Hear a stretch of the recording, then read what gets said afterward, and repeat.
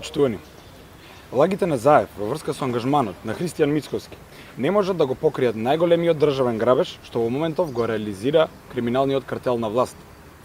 Председателот на ВМРО-ДПМН е еден од најкомпетентните експерти во областа на енергетиката и благодарение на неговиот ангажман постигнати се огромни резултати на ова поле, а граѓаните секојдневно не стравуваат од нови поскапувања.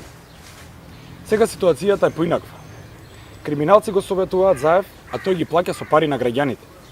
Единствен интерес и на криминалците и на Заев е како да приграбат што е можно повеќе пари за себе. СДСМ мора да одговори дали и колку од грчките милиони исплатени за Кочо Андјушев завршија во џебовите кај Заеви, а колку кај него.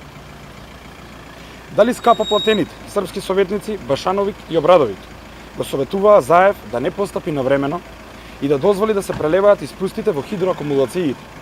Колкава е штетата од ваквата неодговорност? Дали скапо платените српски советници намерно предизвикаа штета и колку пари од ова несовесно работење на новото раководство на Елем завршија во џебовите на Заеви? Дали Башановик и Обрадовик го советуваа Заев да ја ангажира фирмата СВ Инвест во Рек Битола, нејзините налепници да ги стави на камионите на Вице и да го прошири фамилиарниот бизнис? Колку пари имаат Ќар Зоран и Вице Заеви од ангажманот на струмичките камиони во Рек Битола? Криминалниот картел во власта, предводен од Зоран Заев, секојдневно ја пустоши Република Македонија, а цехот го плаќаме сите ние.